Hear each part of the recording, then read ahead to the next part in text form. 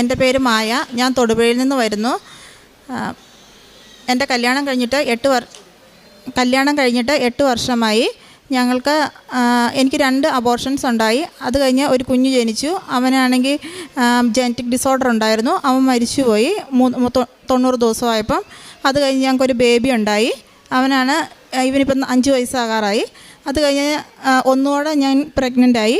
പക്ഷേ ആ കൊച്ചിനും എന്തൊക്കെയോ കുഴപ്പമുണ്ടെന്ന് അത് തന്നെ അബോർട്ടായി പോയി.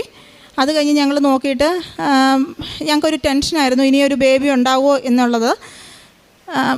എന്നാലും ഞങ്ങൾക്കൊരാഗ്രഹം ഉണ്ടായിരുന്നു, ഒരു ബേബിയും കൂടെ വേണമെന്നുള്ളത്. അതുപോലെ മൂത്ത കൊച്ചിനും ഭയങ്കര ആഗ്രഹമായിരുന്നു, എല്ലാവർക്കും ബേബിയുണ്ട്, എനിക്ക് ബേബി ഇല്ല, എനിക്കൊരു ബേബി വേണം എന്നുള്ളത് ഭയങ്കര ആഗ്രഹമായിരുന്നു. എന്നിട്ട് ഞങ്ങൾ പ്രാർത്ഥിക്കുകയൊക്കെ ചെയ്യുമായിരുന്നു. പക്ഷേ നമ്മൾ അതിനു വേണ്ടി അത്രയും പ്രാർത്ഥിച്ചില്ല. പക്ഷേ ഇവൻ സ്കൂളിൽ പോകാൻ തുടങ്ങിയപ്പം ഭയങ്കര വഴക്കായി. നമുക്കൊരു ബേബി വേണം, എല്ലാവർക്കും വാവയുണ്ട്, നമുക്ക് വാവയില്ല എന്നും പറഞ്ഞുകൊണ്ട് ഭയങ്കര ബഹളമായി. അത് കഴിഞ്ഞ് ഞങ്ങൾ ഇനി ഇങ്ങനെ ആയാലോ എന്നുള്ള ടെൻഷൻ കാരണം നമ്മൾ ഇങ്ങനെ മടിച്ചിരുന്നു. അത് കഴിഞ്ഞ് ഞങ്ങൾ മാർച്ച് മാസം 2023 ഇവിടെ വന്ന് ഉടമ്പടി എടുത്തു. പക്ഷേ ഉടമ്പടിയിൽ ഞാൻ കുഞ്ഞ് വേണമെന്നൊന്നും വെച്ചിരുന്നില്ല. നമുക്ക് വീട്ടിൽ കുടുംബ പ്രാർത്ഥനയും പള്ളി പോക്കും ഒക്കെ കുറവായിരുന്നു.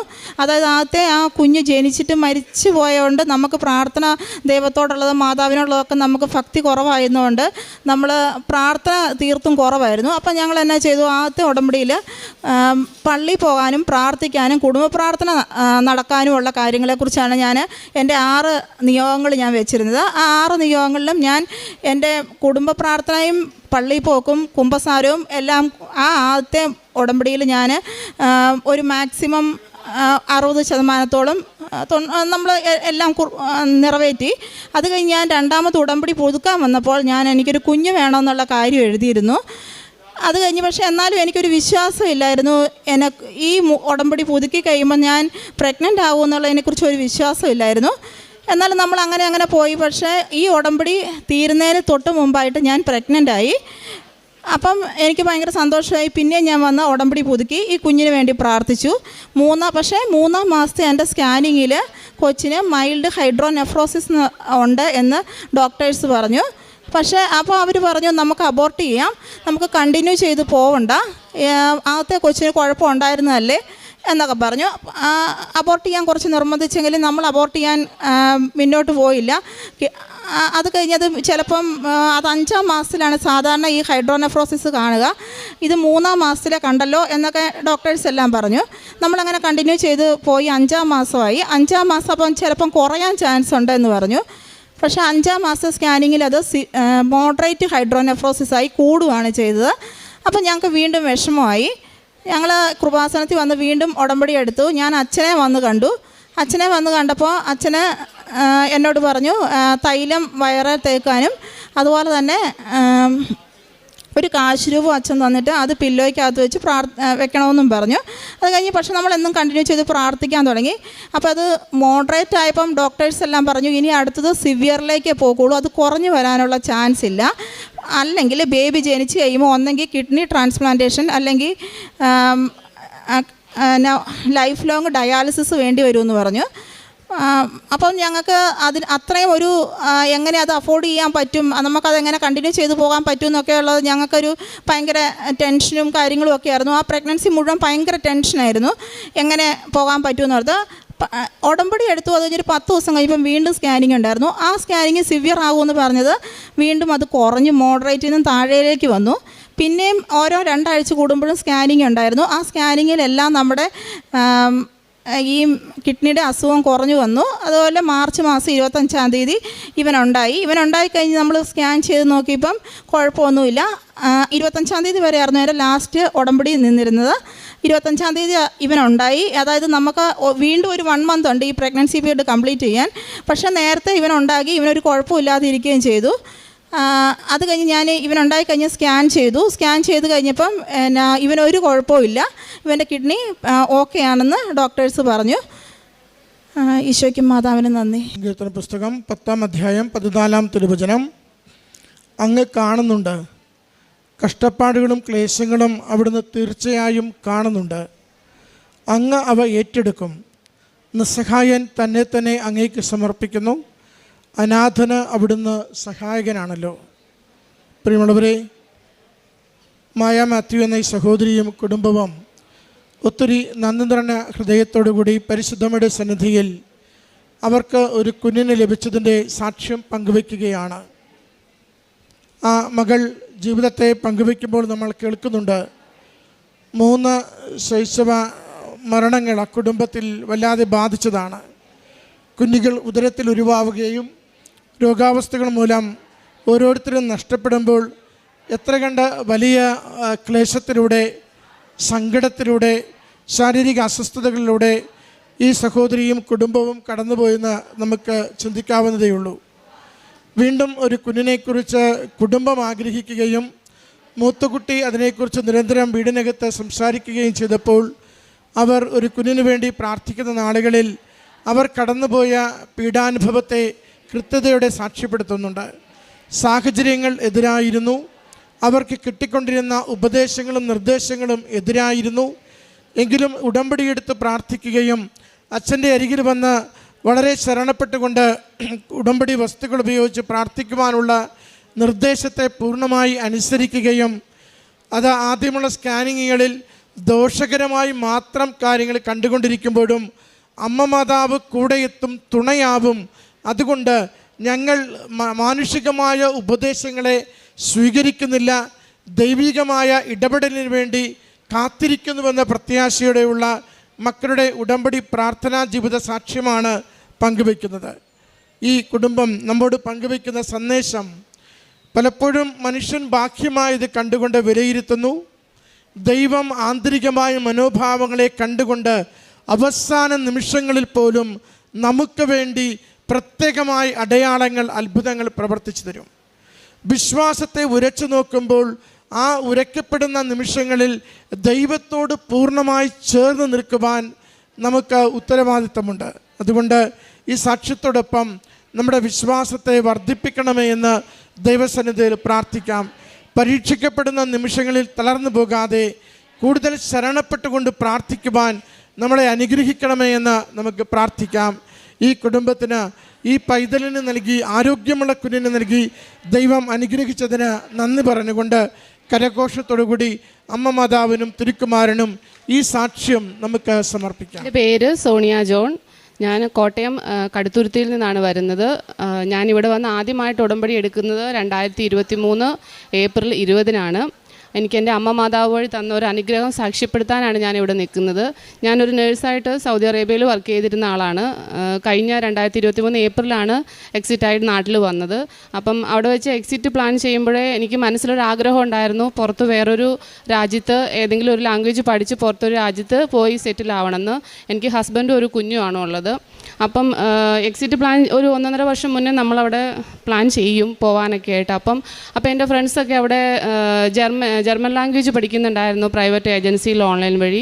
അന്നൊക്കെ പ്രൈവറ്റ് ഏജൻസി വഴി പഠിക്കുന്നതിന് ഒരു 4-5 ലക്ഷം രൂപയോളം ഈ ലാംഗ്വേജ് പഠിച്ച് പോകാനുള്ള സർവീസ് ചാർജ് എല്ലാം ആകുമായിരുന്നു. ഞാനപ്പോൾ അന്വേഷിച്ചപ്പോൾ അത്രയും ആകുമെന്ന് 2-3 ഏജൻസി വഴി പറഞ്ഞു. അപ്പോൾ അത്രയും രൂപ ആകുന്നതുകൊണ്ട് ഞാനത് വേണ്ടാന്ന് വെച്ചു. പക്ഷേ മനസ്സിൽ ഭയങ്കര ആഗ്രഹമായിരുന്നു ജർമ്മനി. കാരണം ഞാൻ യൂട്യൂബിലൊക്കെ ഓരോ നഴ്സുമാരിരുന്ന വ്ളോഗ് അങ്ങനെയൊക്കെ കണ്ട് ഒത്തിരി ആഗ്രഹമായിരുന്നു ജർമ്മനിയിൽ പോയി ജോലി ചെയ്ത് അവിടെ ഒന്ന് സെറ്റ് ആവുക എന്നുള്ളത്.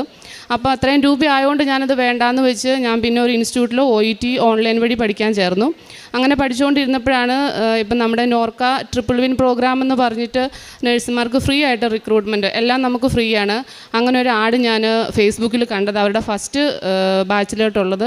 അപ്പോൾ ഒരു ദിവസം ഡ്യൂട്ടി കഴിഞ്ഞ് വന്ന് ഞാനത് ഓൺലൈൻ വഴി അങ്ങനെ കണ്ടപ്പോൾ നമുക്ക് ഫ്രീ റിക്രൂട്ട്മെൻ്റ് ആണ്. അപ്പോൾ അതങ്ങനെ ചേരാമെന്ന് വിചാരിച്ച് ഞാൻ ഓൺലൈൻ വഴി അതിൻ്റെ ആപ്ലിക്കേഷൻ എല്ലാം ഫില്ല് ചെയ്ത് ഓൺലൈൻ വഴി അയച്ചു. അപ്പോൾ 2 ആഴ്ച കഴിഞ്ഞപ്പോൾ എനിക്ക് മെയിൽ വന്നു, അത് ഓൺലൈൻ അല്ല ഓഫ്ലൈനാണ്, നമ്മൾ ഇവിടെ വന്ന് പഠിക്കണം, തിരുവനന്തപുരം അല്ലെങ്കിൽ കൊച്ചിയിൽ വന്ന് പഠിക്കണം. അപ്പം ഞാൻ അവിടെ ആയതുകൊണ്ട് എനിക്കിത് പറ്റിയില്ല. അപ്പോൾ പിന്നെ അത് വേണ്ടാന്ന് വെച്ച് ഞാൻ പിന്നെയും OET തന്നെ ഓൺലൈനിൽ പഠിച്ചു.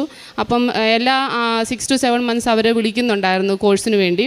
അപ്പം ഒരു പ്രാവശ്യം ഞാൻ രജിസ്റ്റർ ചെയ്തുകൊണ്ട് രണ്ടാമത്തതും എനിക്ക് വന്നു. അപ്പോൾ രണ്ടാമത്തതും ഞാൻ നമുക്ക് പൈസ മുടക്കൊന്നും ഇല്ലല്ലോ, ചെയ്തിടാമെന്ന് വിചാരിച്ച് ഞാൻ ചെയ്തിട്ടു. പക്ഷേ അപ്പോഴും എനിക്ക് സെയിം ആ റിപ്ലൈ തന്നെയാണ് വന്നത്. പിന്നെയും മൂന്നാമത്തെ ഞാൻ ഏപ്രിലാണ് എക്സിറ്റ് വരുന്നത്. അപ്പം വരുന്നതിന് ഒരു മാസം മുന്നെയാണ് മൂന്നാമത്തെ ബാച്ചിലോട്ടുള്ള വന്നത്. അപ്പോൾ എൻ്റെ മനസ്സിൽ എനിക്കൊരു പ്രതീക്ഷ തോന്നി. കാരണം ഞാൻ നാട്ടിൽ വരുന്ന സമയമാണ്, ഏപ്രിലാണ് അവർ ഇൻ്റർവ്യൂ പ്ലാൻ ചെയ്തിരിക്കുന്നത്. അപ്പം ഞാനത് ഫില്ല് ചെയ്ത് ഫോമൊക്കെ അയച്ചു. അപ്പോൾ പിന്നെ ഞാൻ OET പഠിച്ചതൊക്കെ ഇച്ചിരി പുറകോട്ടാക്കി, അത് പഠിച്ചുകൊണ്ടിരുന്നതൊക്കെ. അപ്പം ഞാൻ ഏപ്രിൽ 12-ാം തീയതിയാണ് നാട്ടിൽ വരുന്നത്.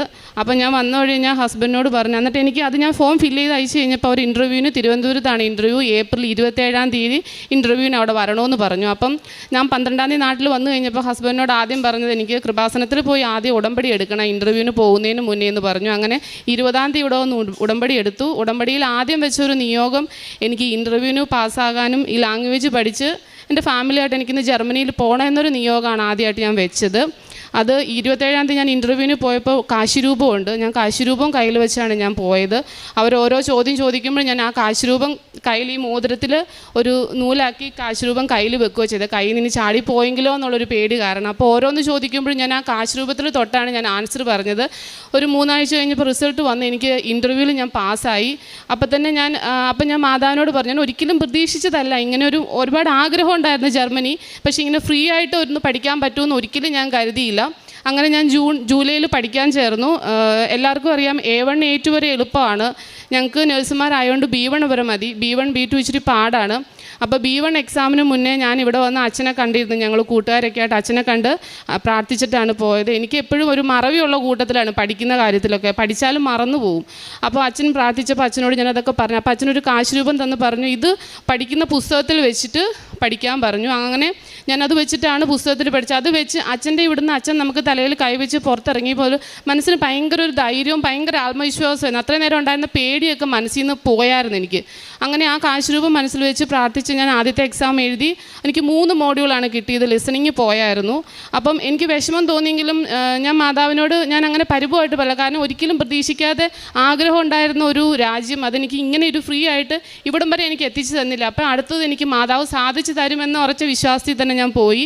രണ്ടാമത് ഞാൻ എക്സാം എഴുതി. എക്സാം എഴുതുന്നതിന് മുന്നേ എനിക്ക് കൃപാസനത്തിൽ വന്നിട്ട് എക്സാം എഴുതാൻ പോകണമെന്നുണ്ടായിരുന്നു. പക്ഷേ എനിക്ക് പറ്റിയില്ല വരാൻ. പക്ഷേ ആ എക്സാമും എനിക്ക് കിട്ടിയില്ല.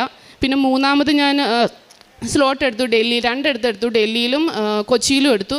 അപ്പം അത് എഴുതാൻ പോകണമെങ്കിൽ ഞാൻ തീരുമാനിച്ചത് എന്താണെങ്കിലും ഞാൻ വന്ന് പ്രാർത്ഥിച്ചിട്ടേ പോകുള്ളൂ. അപ്പം മനസ്സിൽ ആഗ്രഹം ഉണ്ടായിരുന്നു അച്ഛനെയും കൂടി ഒന്ന് കാണണമെന്ന്. ആദ്യത്തെ പ്രാവശ്യം ഞാൻ 4 മണിയൊക്കെ ആയപ്പോൾ അച്ഛനെ കണ്ടേ.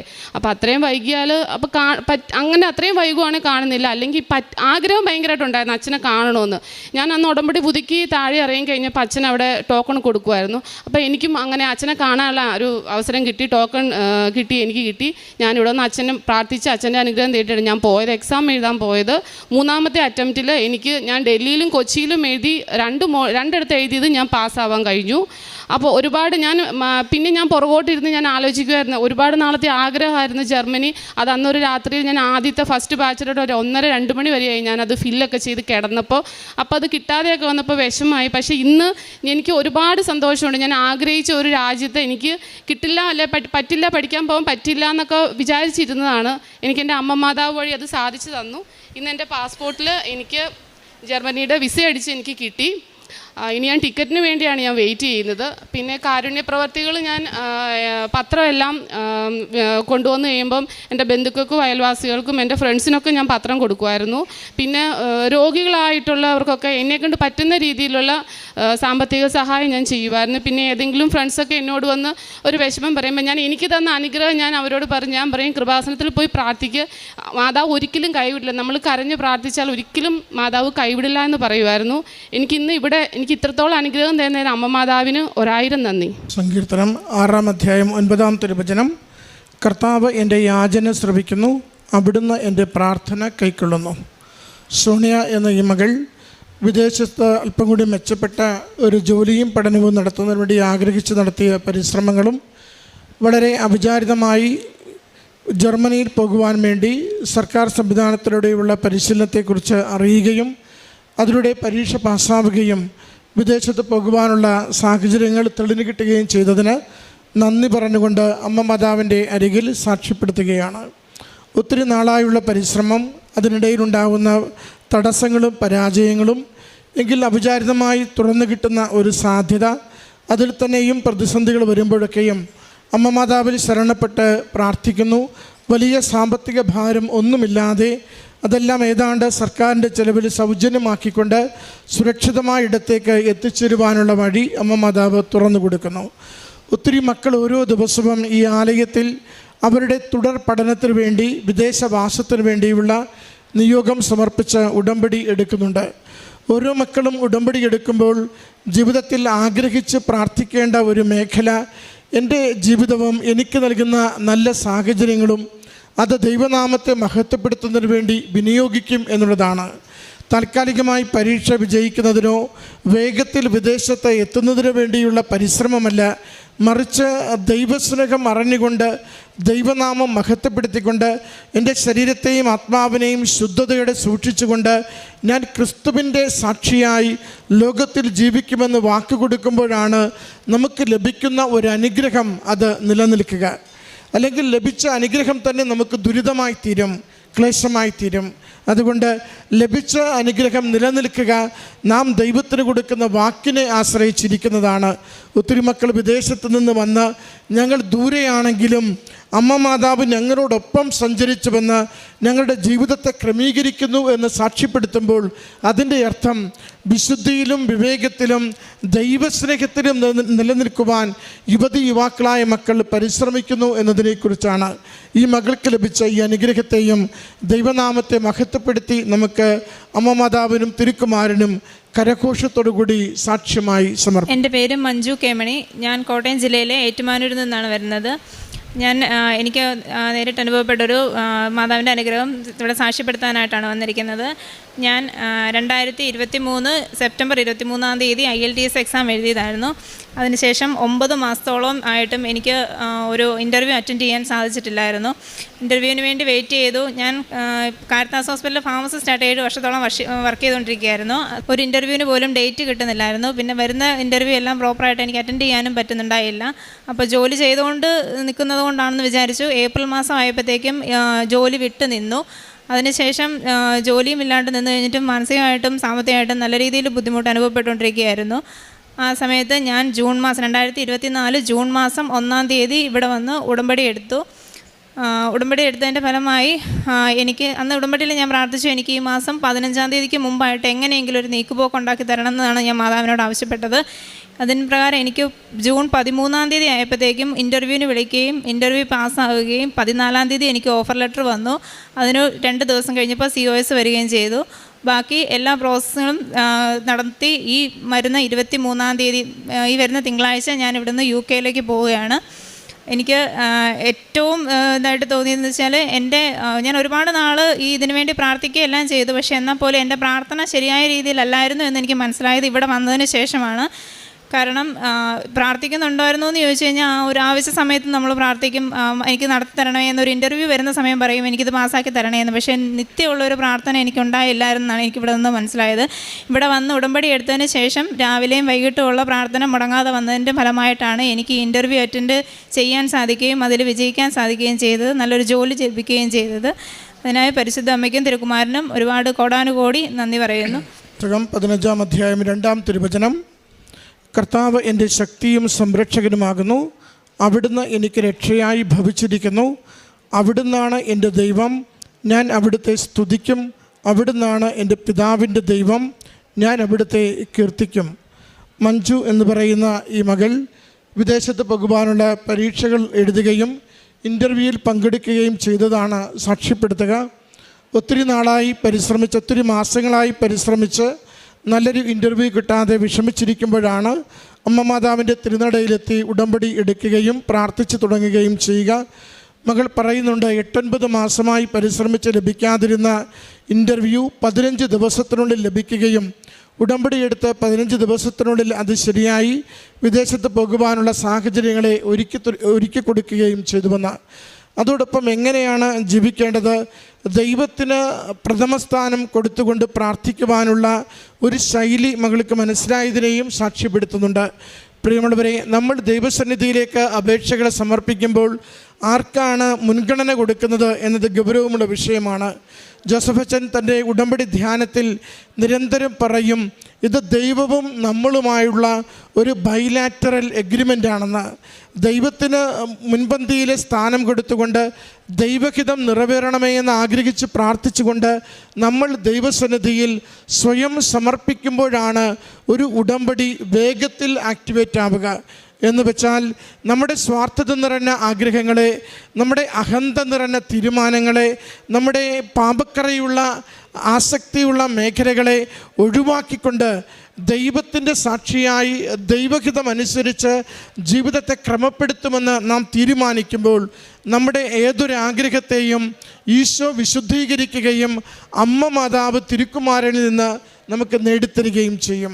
അതുകൊണ്ട് ഉടമ്പടിയിൽ നിയോഗങ്ങൾ സമർപ്പിക്കുമ്പോൾ ഗൗരവത്തോടുകൂടി ദൈവത്തിന് ഒന്നാം സ്ഥാനം കൊടുത്തുകൊണ്ട് ദൈവത്തിൻ്റെ ഹിതമനുസരിച്ച് ജീവിക്കുവാൻ തീരുമാനമെടുത്തുകൊണ്ട് നിയോഗങ്ങൾ സമർപ്പിക്കുവാൻ നമുക്ക് സാധിക്കണം. അപ്പോഴാണ് അമ്മ മാതാവ് സമയച്ചുരുക്കത്തിൻ്റെ അമ്മ വേഗതയിൽ നമ്മുടെ പ്രശ്നങ്ങൾക്കും നിയോഗങ്ങൾക്കും പരിഹാരം കൊണ്ടുവന്നു തരിക. ഈ മകൾക്ക് ലഭിച്ച ഈ അനുഗ്രഹത്തിന് അമ്മ മാതാവിനും തിരുക്കുമാരനും നന്ദി പറഞ്ഞുകൊണ്ട് കരഘോഷത്തോടുകൂടി ഈ സാക്ഷ്യം നമുക്ക് സമർപ്പിക്കാം.